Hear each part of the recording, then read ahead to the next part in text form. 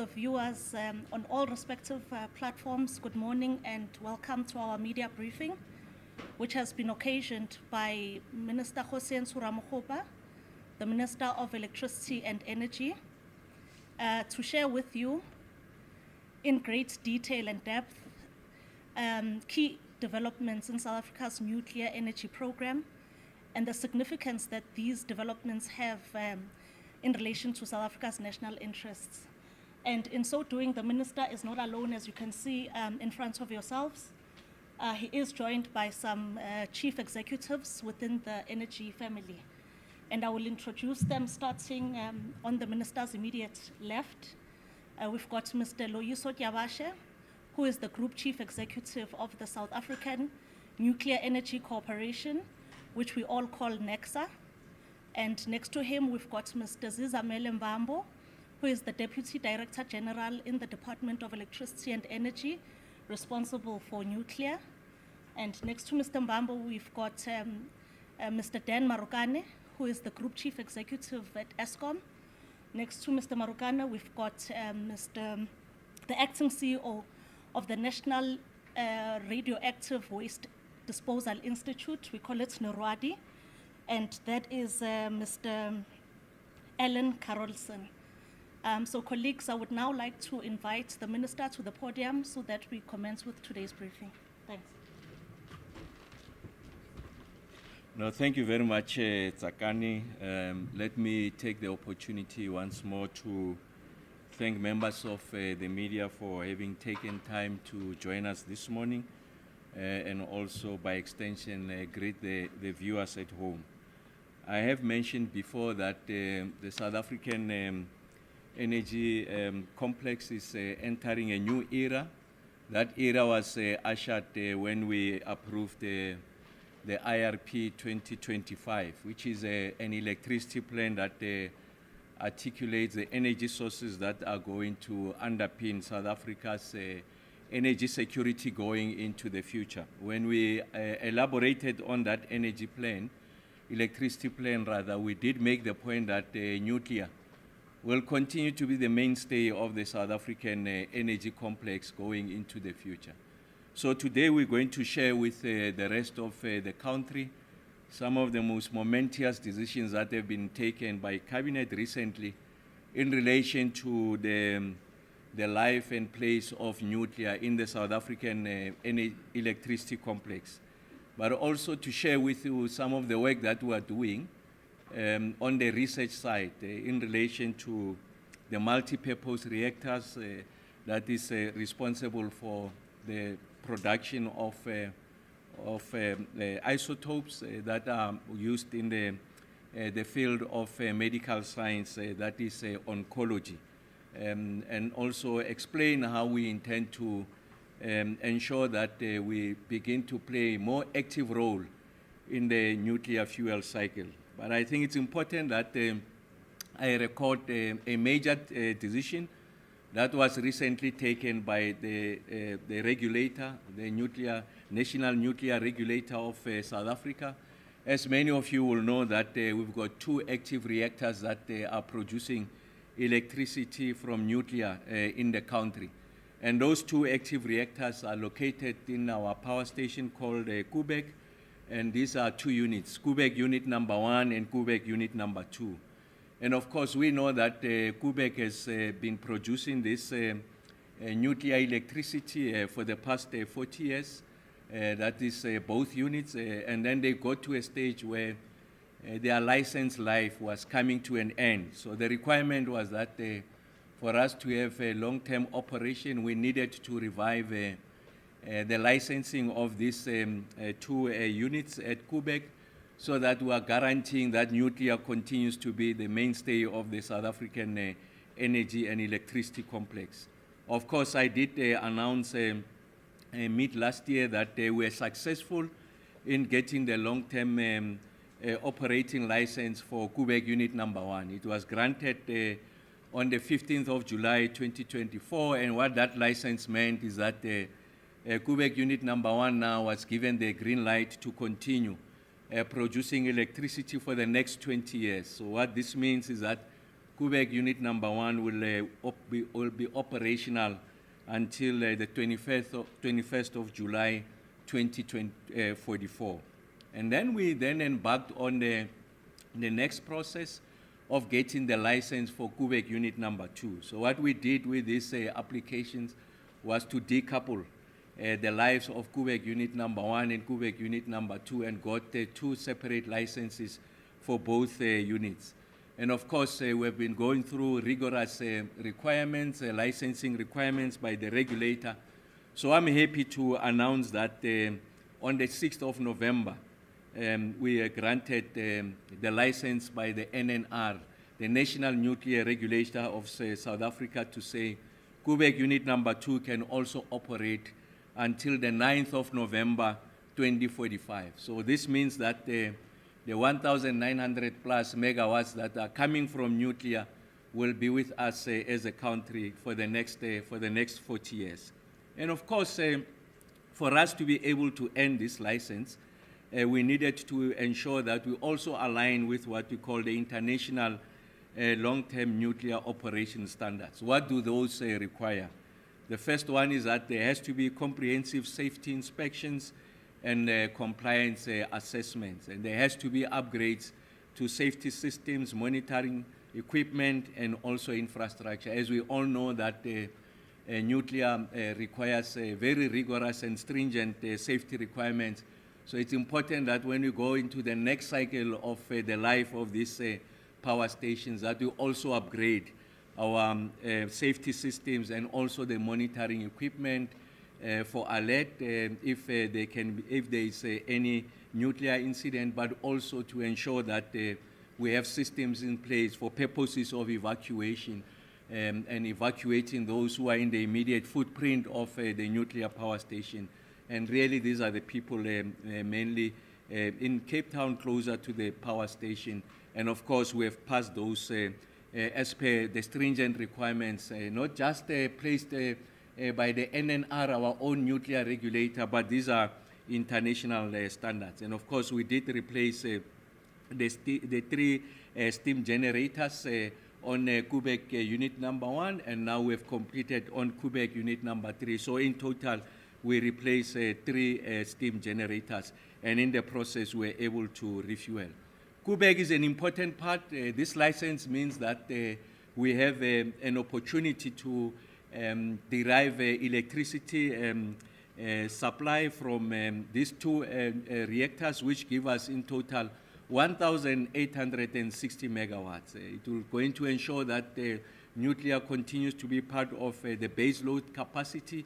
And when I introduced the IRP, I did make the point that the modeling on the IRP suggests that nuclear's contribution is key to allowing us to accelerating the onboarding of renewable energy sources such as solar PV and wind. They are predicated on the existence of nuclear in the base load as part of the South Africa's energy complex. And of course, it's going to support our transition, the just energy transition.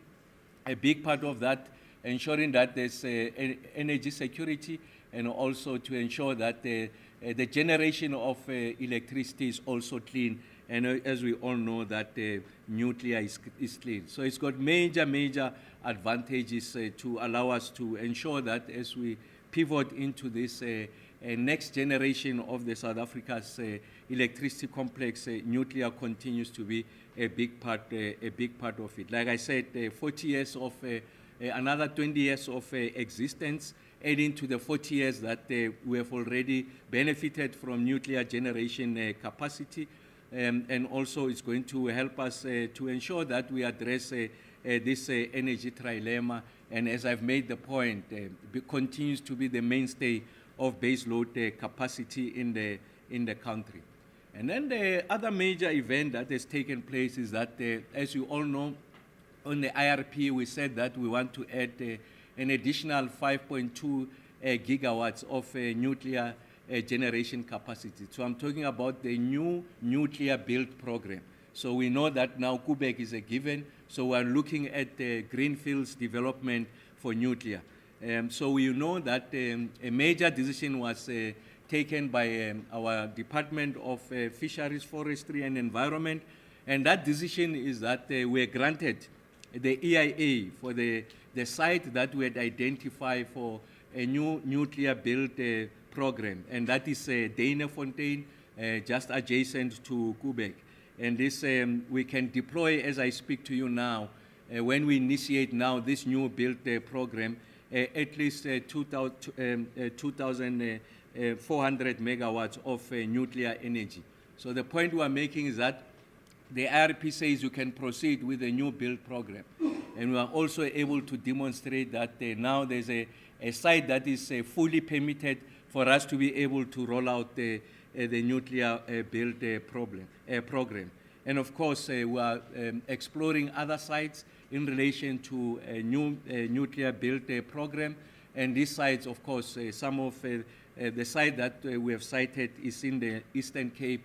And of course, we are in the process of getting the necessary approval. So the point we are making is that we are complying with the regulatory requirements. We are planning ahead into the future. And as we do that, we are confident that we should be able to build our new nuclear build program. And then the major announcement that we are making today, of course, the Quebec one is a given. The site at Deinefontein, the approvals have already been given. Now we are saying that we are serious about our ambitions to participate in the nuclear fuel cycle. We have a history of a nuclear technology in this country, and not just for purposes of electricity generation, but also for purposes of research.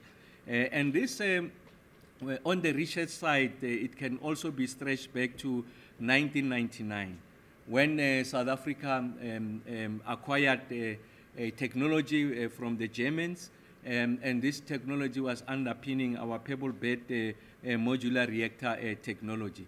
And on the back of that, in 1999, a decision was taken by Eskom to establish a subsidiary, so a company under the stewardship of Eskom called the PBMR, to pursue nuclear development and research. And that program, of course, was exploring a new technology, what we call high temperature research reactors. Of course, what we have at Quebec is a different form of technologies, pressurized water reactors. So we're looking at, it was looking at new forms of research reactors. And of course, that license that Eskom had on the high temperature research reactor, including the intellectual property, of course, was given to PBMR as a subsidiary of Eskom, and that the transferring of intellectual property rights to PBMR took place in 2002. And this was to signal our ambition as South Africa to ensure that we are very active on the research side of nuclear. Of course, we continued with that program as a country to continue to develop it, but unfortunately on the back of the financial meltdown of 2008, 2009, and because of the fiscal pressures that arose as a result of the financial meltdown, global financial meltdown, and a decision was taken by Cabinet to say that we are going to withdraw the funding of the PBMR because there were other spending pressures and the state needed to reprioritize. And of course, the PBMR was one of the casualties from an allocation point of view. And government took a decision that we are not going to continue to fund the PBMR. There are other spending pressures.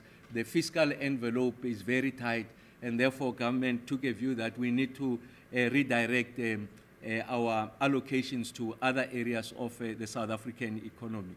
And then on the back of that, as a consequence of withdrawing that funding, we lost a lot of research capability, a lot of engineers who worked on this PBMR. We picked at about 2,000 scientists at the time when we were working on the PBMR. It meant that they lost their jobs, and some of them had to look for opportunities in other parts of the world. So what that means is that it stunted almost halted the momentum of South Africa to build a nuclear capability at the rate that we thought was desired. And of course, we could see into the future that small modular reactors are going to become a big part of the global energy complex and electricity generation complex. And that's why we wanted to participate very early using the platform of the PBMR. And of course, as I've mentioned, it wasn't to be because of the spending pressures. Then in 2010, government took a decision that because we have withdrawn this funding, we are placing the PBMR on what we call care and maintenance. So it is there, the intellectual property is there, the research progress that had been made to date, again, is kept in storage. We are not going to give it away. So that's what really care and maintenance meant. And of course, in 2019, Eskom took a view that perhaps it might be advisable for Eskom to relinquish the PBMR and sell it to other players in the world so that they can continue to pursue this technology. Eskom went out on expression of interest to dispose of this PBMR. So what that decision meant is that whatever research agenda capabilities that were built over this period, we're going to relinquish it as a country and give it away. And of course, Eskom then pulled back on that expression of interest to dispose of the PBMR. We felt that it's a resource, it's our own crown jewel in the electricity and energy complex. So perhaps it was ill-advised for us to even think of disposing of it. Then we held back and we still kept it under care and maintenance. And then in the 2020, the MRE at the time, and together with the Department of Public Enterprises at the time, again took a decision to say that we are retaining this PBMR. And a time will come in the future where as a country will continue to exploit these capabilities.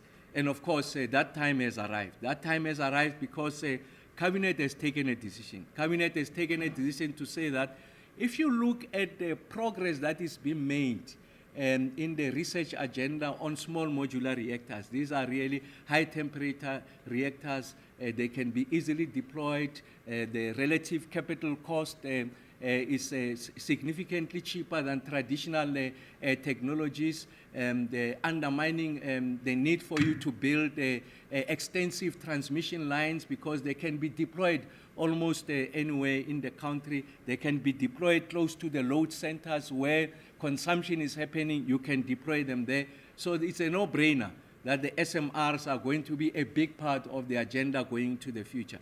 We also know the following, that over 20 countries across the world have taken a decision to triple their installed nuclear capacity. We also know that 14 of the major lenders, financial players in the world, 14 of them have taken a view that they are going to finance the SMR. We also know that at the COP, it has been agreed that in the taxonomy of what we call green, now nuclear gets to be categorized as green. The fifth development that has happened is that the biggest investors, some of the biggest investors on SMR are people who are playing in the space of data centers. So now we know that we are not going to burden the fiscus. We don't need to go to Minister Godongwana Treasury to ask for money. We know that there are multiple suitors who can come and co-invest with us and ensure that we progress the new PBMR type of technology. So not necessarily resting on what we had built over time, we can use that built over time and ensure that South Africa becomes a major player. So all these five developments, since placing the PBMR on care and maintenance, have persuaded Cabinet to say that we are lifting care and maintenance, and we are saying to NEXA, now pursue the possibility of us expanding on the PBMR. So what are the advantages of the PBMR and SMR technology? Like I say, you can locate it close to demand centers. So where there are factories, big industries, you can co-locate generation. We don't have to build big transmission lines. You know, we are out now on the market. We want to build 14,000 kilometers of new transmission lines. Is going to cost us 440 billion rand. So if you were to blend this new generation capacity with SMRs, you are unlikely going to have the need to build such an extensive network that we are building. And it also addresses, as I've made the point, that we can connect people in the remote rural areas. Part of the problem why we have not achieved universal access is the cost associated with connecting people, because we have to build the backbone infrastructure, which is transmission lines. But if we have this technology, you can locate it closer to where people are. It's going to help us to participate in the nuclear industrialization program. As we have seen in the IRP, when we approved it, we said that on the back of that approval, there's an opportunity for us to expand new nuclear build program above the 5.2 gigawatts. We can take it to 10 gigawatts. And Cabinet says the minister must develop an industrialization plan in relation to nuclear. We think that this technology is going to help us going into the future. So that's part of the compelling reasons why Cabinet has taken that decision. Like I said, the nuclear is going to play a very crucial role in ensuring that we address the 600 million people on the continent that don't have access to electricity, the industrialization on the continent, the need for us to beneficiate the critical minerals that are going to underpin the decarbonization agenda is going to rely on clean baseload technologies, and nuclear is going to feature significantly. So as a country, we say we are not going to be left behind. We have built a body of knowledge over time. Yes, we lost the momentum. Yes, we lost the engineers. Once we leave this cane maintenance, we are confident that some of these engineers that we have invested in will come back home, and working with the universities, we are going to build a pipeline of nuclear scientists who are going to participate in this build program. And we think that is going to answer also our industrialization ambition. And the fact that the IRP says build 5.2 gigawatts of new nuclear build program, again, this is going to fuel that program going into the future. So what does this decision really mean?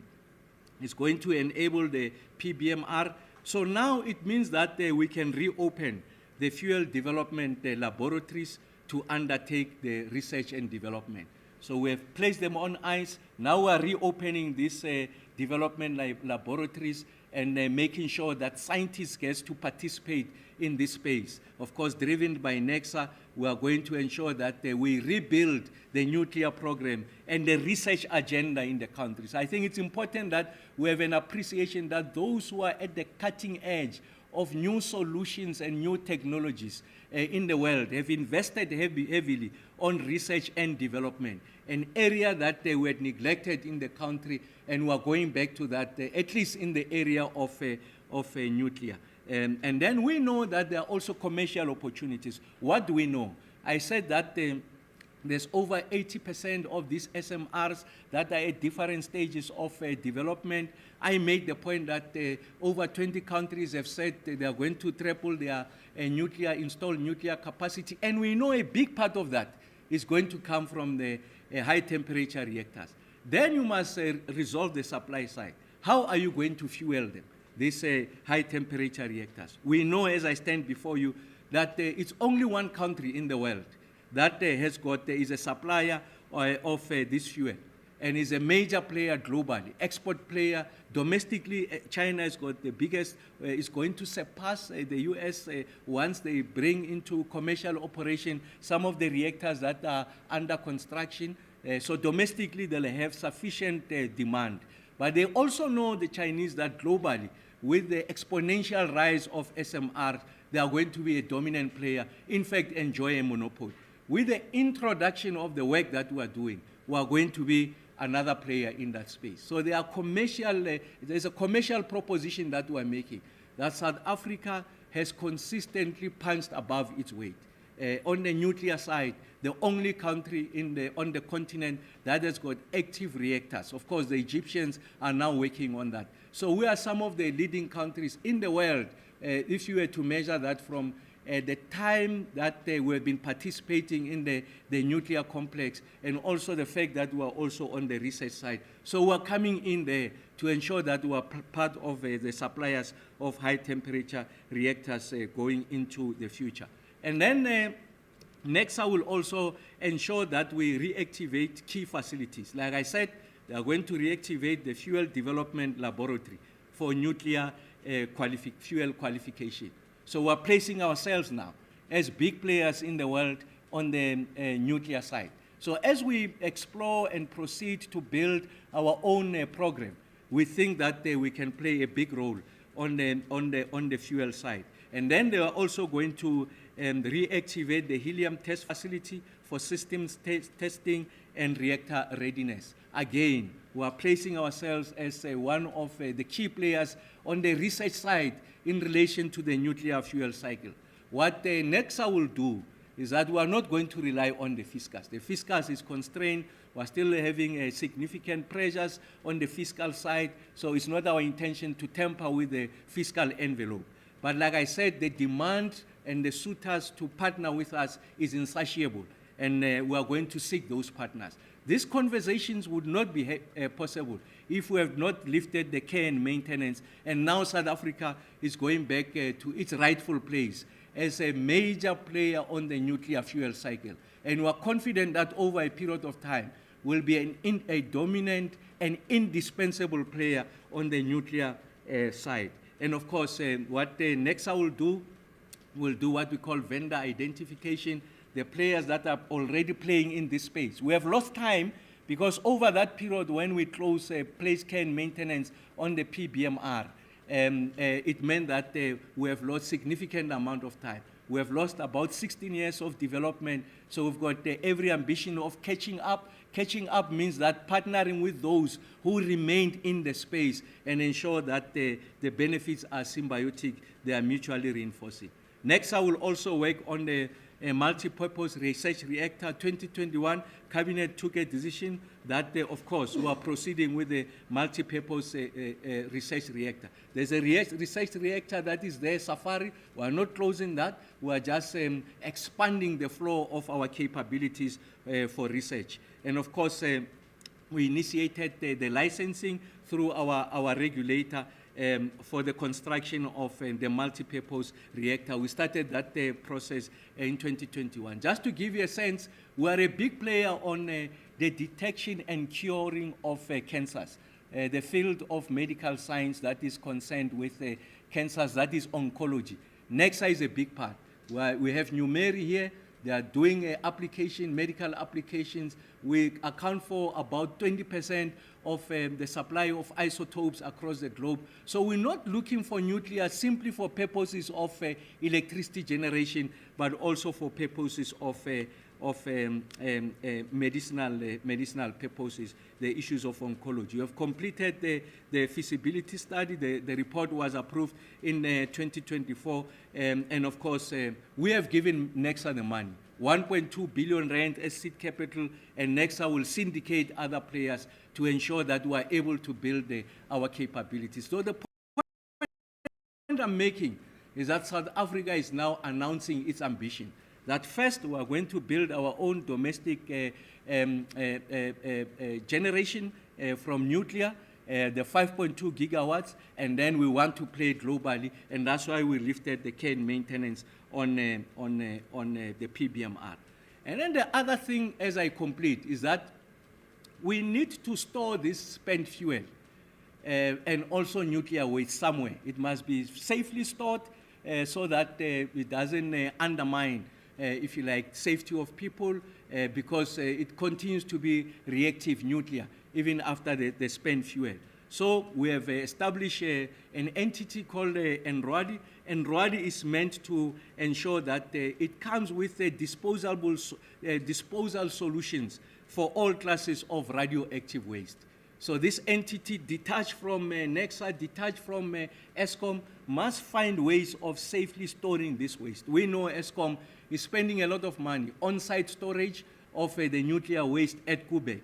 We want to remove that waste from Quebec and place it somewhere else. And of course, NRWADI is doing that. So what is NRWADI doing?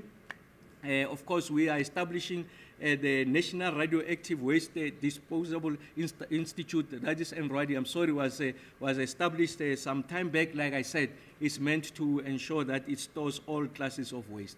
There's a site already that is active called Valputs. We are now storing low to intermediate level waste That's where we are doing. That's what we are doing now. But we are going to ensure that we now are able to dispose of the spent fuel. That which is at Koeberg, I did say the point that Koeberg now, the 2 units will operate until 2044. So it's important that the spent fuel gets to be stored off-site, and that's what Enrwadi will be doing. So we are going to be investing up to 2.1 billion rands for purposes of establishing what we call the central interim storage facility, which will be designed to also store the spent fuel. And then over the long term, we want to have what we call the deep geological repository. Already, Enrwadi is doing the siting again on Valputs. There's only one country that has got the deep geological repository. We want to follow on the footsteps of one of the country that is already leading. But in the interim, we are working on the central interim storage facility. I'm making this point just to illustrate that we are addressing the entire fuel life cycle. From the cradle, of course, participating in the fuel cycle. We are looking at partnering with some of our neighboring countries for uranium, the enrichment of uranium as a fuel that is going to power our nuclear program. And like I said, we want to participate in the entire nuclear fuel cycle. We are going to exploit this energy resource to give us the electricity for purposes of isotopes, and then we are going to bury it in Valput. So we are addressing the entire fuel life cycle. So we are confident that we are going to achieve this. So I'm making the point that South Africa has entered a new era of the energy complex. So again, the fossil fuels, they'll continue to power our electricity demand, but we are gradually transitioning at a pace and scale that the country can afford to cleaner forms of energy, cleaner form of electricity generation, and nuclear is a big part of that. We don't just end at that. We've got an ambition to contribute to the development of SMR globally. We know that it's going to be one of the fastest growing new installed generation capacity in the world. I think it will only be second to renewables, that is wind and solar PV. We think that nuclear is going to be a big part of that. We want to participate in the fuel, especially on high temperature reactors. I made the point it's only China that is in that space. Now we want to assume our rightful place. So the era of nuclear is now part of that complex that has evolved, and the South African energy complex is entering a new era. We will not be left behind. We have made mistakes before, and those mistakes led to load shedding, when in fact we could have built our nuclear program. Of course, it was soiled by the procurement process. There were no issues around technology. Now we want to clean that and ensure that not only electricity generation, but also in the fuel cycle, create the jobs, industrialize, ensure that we build up and bolster our research and development capabilities, so that as we grow this economy, we're introducing new skills, high-end skills, we're able to service the continent and its ambition to industrialize and ensure that we address the electricity hunger of 600 million people on the continent, our ability to beneficiate minerals that are going to support the decarbonization agenda. A big part of those minerals are on the continent. They'll need base load. That base load must be clean. We know that the answer in part is nuclear, and South Africa will want to be part of that solution. I'll leave it here. Thanks.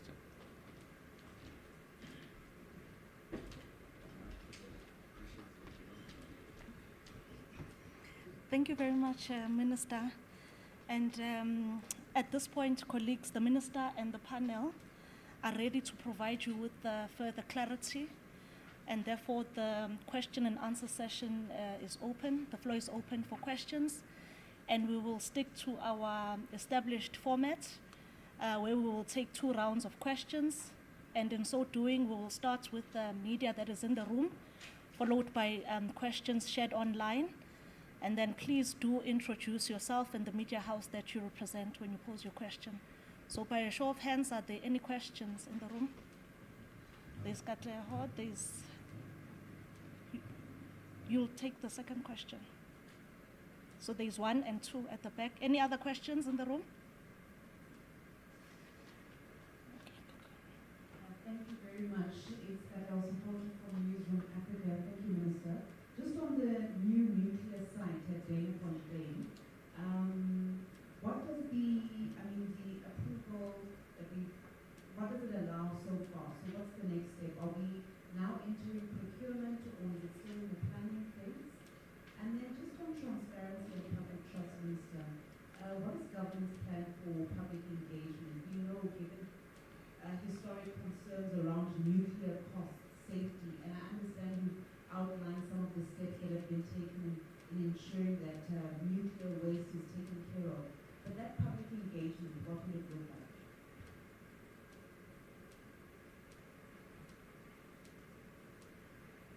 Good morning, Minister. This is this is more a question on just energy transition. Nobody announced this cutting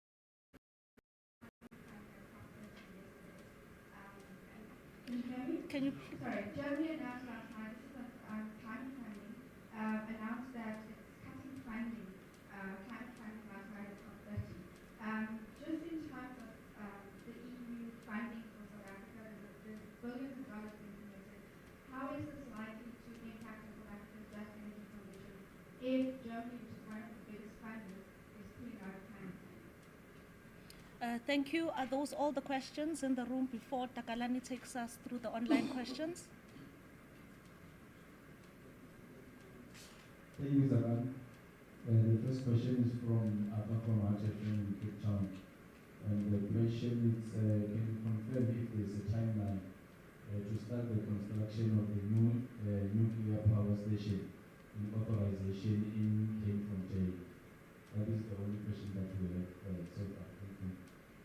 Oh, thank you, colleagues, for those questions. The Minister will direct how or who responds to which questions. Thanks.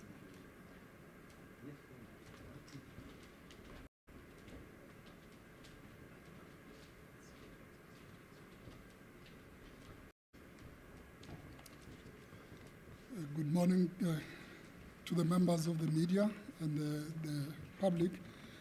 I am going to deal with a question related to the approval of the authorization for Danafontein and what are the next steps. So, as the Minister has alluded to, is that the Department of Environmental and Forestry and Fisheries granted ESCOM with an environmental authorization for the Danafontein site to build about 4,000 megawatts of nuclear energy. But at this stage is that ESCOM is planning for a deployment of this 2.4 gigawatts of nuclear power. And so what are the next steps? So the next step is that we have to appreciate that the authorizations that get granted in respect of the site are regulated by different regulatory authorities. So you've got DEF that grants authorization in respect of the environmental impact assessment as per the law that governs that process. But also you have the National Nuclear Regulator that also regulate the nuclear siting. And so what is happening, we've got the one from the Department of Environmental Affairs and Forestry. Then ESCOM is busy now engaging the National Nuclear Regulator with regards to the siting of the site, nuclear licensing. And there is process going on between ESCOM and the regulator in terms of engaging the regulator, site safety report and all of that. And that's the process that is still unfolding. And ESCOM will justify to the regulator and got the regulatory approval once they have complied with all the regulatory requirements. But also there is also then the process of making sure that you've got the zoning of the site and all of that, and ESCOM is busy working on all of those authorizations, water permits and all of those. So it's a plethora of regulatory authorizations that you require to embark on a massive project like this. Now, there was a question whether we are now starting the procurement process. So what is happening at this stage, we're at a stage where ESCOM is preparing, right, as the owner and the operator. And ESCOM is now busy looking into the specifications of the various technologies that they would want to consider going forward, but we have not yet started the procurement process because the tender has not yet been issued. So there is work, preparatory work that seeks to enable us when the time comes so that we can then engage the market once all the approvals have been obtained. And that's what I think is the process going forward with regards to the Dene-Fontein site that has been approval and the steps going forward to deal with that.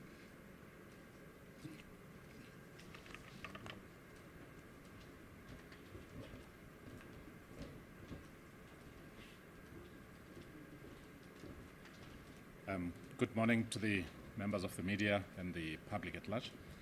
From my side, I think whilst the questions do relate to Dene-Fontein as a site under ESCOM, we will congratulate ESCOM for the approvals that they have received in the recent past, and we support them as NEXA. However, it would have been amiss for me not to welcome the cabinet decision that the minister was relaying as the main point of convening today.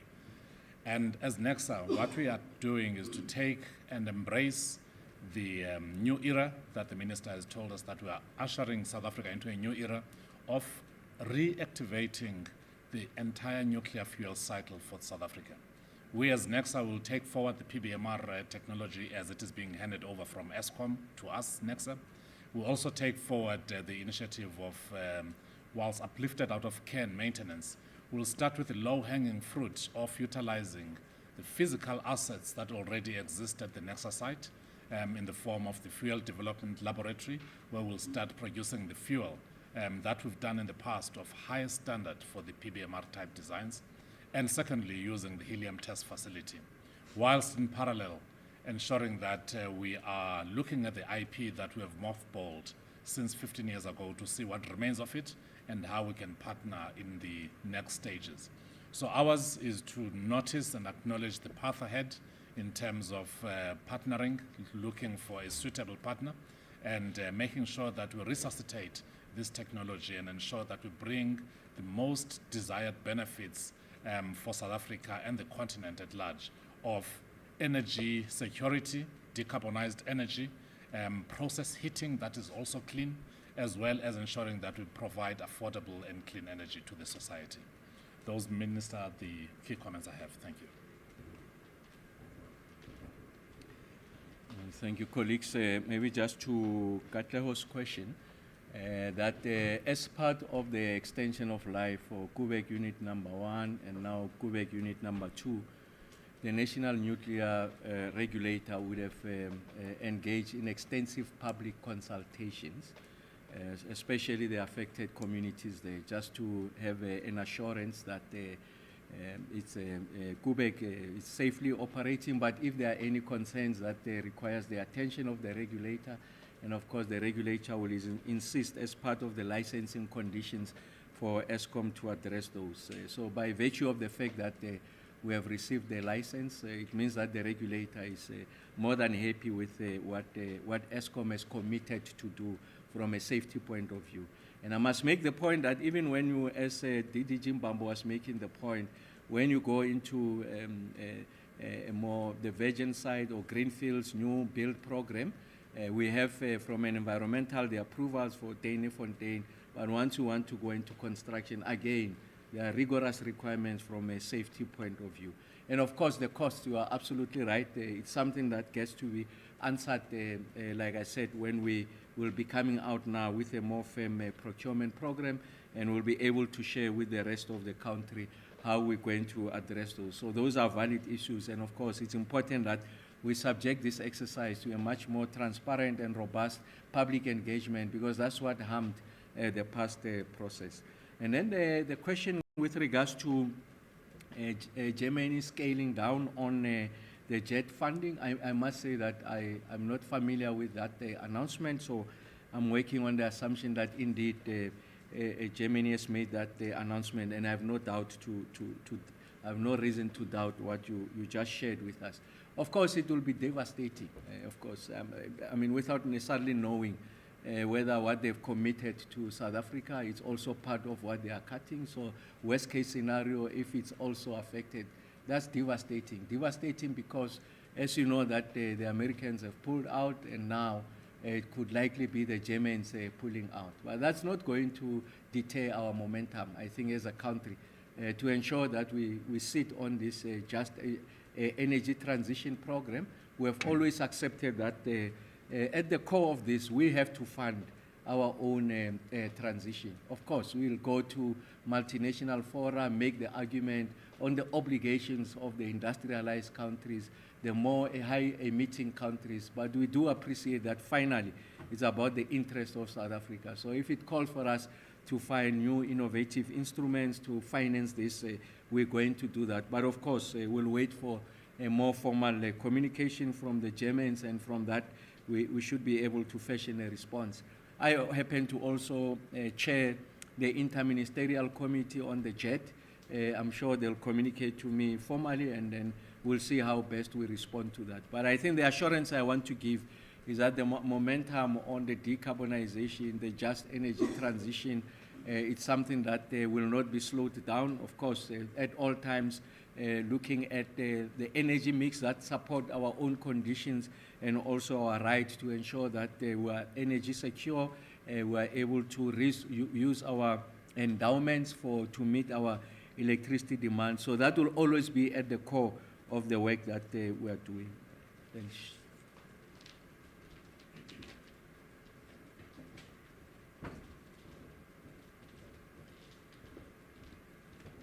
Good morning.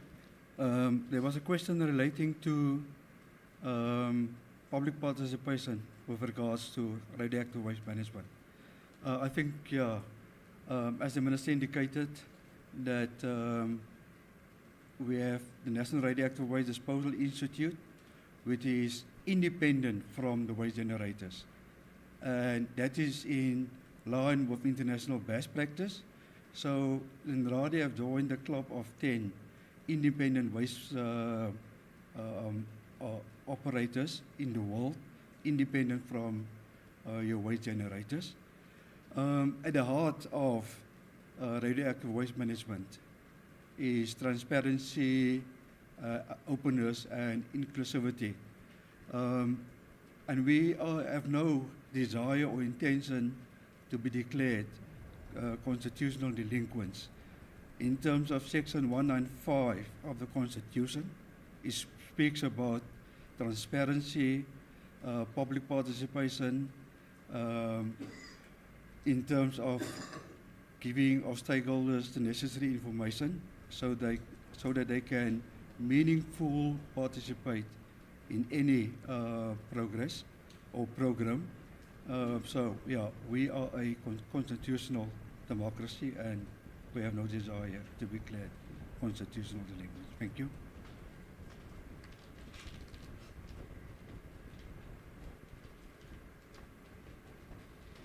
Okay, colleagues, with all those responses to the questions, we'll take our last round of questions.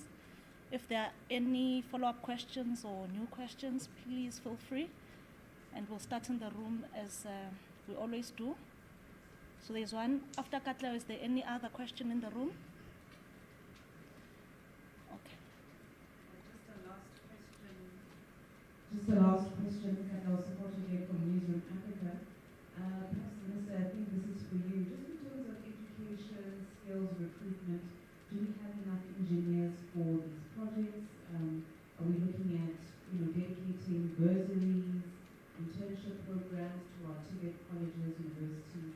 Because I imagine we need quite a lot of manpower, but perhaps over the years, just securing those skills base, is that program going? TK, please take us through online questions. Thanks, I think it's just a follow-up question from Ronnie from Bloomberg, asking if the immediate funds that are needed for this new level. Yes. Thank you. TK, can you please? Oh, okay. No, Katla, it's an important question you are raising. I should have made the point earlier on. I did make the following admission when we announced the IRP. I said one of the biggest risks to the IRP is the skills that will be required to bring it to life. And in fact, it's more acute on the nuclear side. I made the point that we have not had any build program on nuclear, that after we placed this on care and maintenance, we lost a lot of engineers, nuclear scientists as a country. I made the point that at the peak of this program, I think it employed over 2,000 people, and the majority of whom were scientists. So we have lost all that capability. And of course, we have not seen also pipeline of a nuclear scientist. And I had made the point that we are coordinating our efforts with the universities, and I know that ESCOM and NEXA in their various respective capacities are also looking to build a pipeline, but really it was less from on ESCOM side, on the nuclear side. But what we're trying to do is to coordinate our efforts so that we are able to address the entire skills ecosystem that will be required to underpin the IRP and also the issue around nuclear. So that's the biggest risk. But as a team, we see it differently, is that yes, you map the risk and look at the mitigations, but we see it again as an opportunity for us now on the back of this build program to ensure that there are new skills that are being produced in the country for as long as you don't stop the momentum on the build program, because you must commit them. Once they graduate, they must learn and then get to a point where they're able to stand independently as an engineer. So it's a function of the build program, but we also accept that I don't think that will generate domestic demand over a sustained period to accommodate them. And that's why earlier I made reference about the opportunities on the continent. So we want to be the epicenter of the capacity that is going to support the transition of the continent from transition in this instance when we beneficiate that new generation capacity, if it comes from nuclear, and these countries are building their own capacity, we want to support that. Transition from the fact that they are now looking at cleaner, greener forms of baseload. Nuclear is a big part of that. We want to support that. So we see the opportunity less as here at home, going into the future, but the continent. But we need to stimulate that by ensuring that there's domestic demand, and we invest in those skills, and we're able to determine the agenda going forward. So that's a big part of that. So thanks for raising it. So the point I'm making is that we're designing plans for that. Now the cost for the new build nuclear program, like I said, we will announce them at the right time. There's a panel we've put in place that's advising the minister, and then on the conclusion of that work, then we announce our build program, the 5.2 gigawatts that is in the IRP, and how are we going to roll that going forward. But I think the lifting of care and maintenance on the PBMR expands, that's the flow of technology solutions going into the future that is going to support our nuclear agenda. But once more, thank you very much, and thanks for making time. Thank you.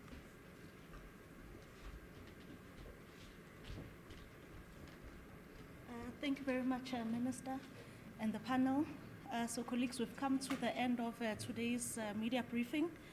I just want to indicate that the Minister places great emphasis and effort on keeping the media and members of the public up to date with key developments. So I wish to thank you once again for making the time and honoring our invitation on this rainy Sunday.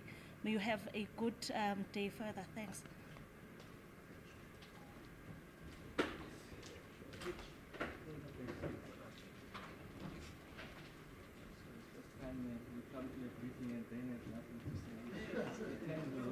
When we are now, that alone.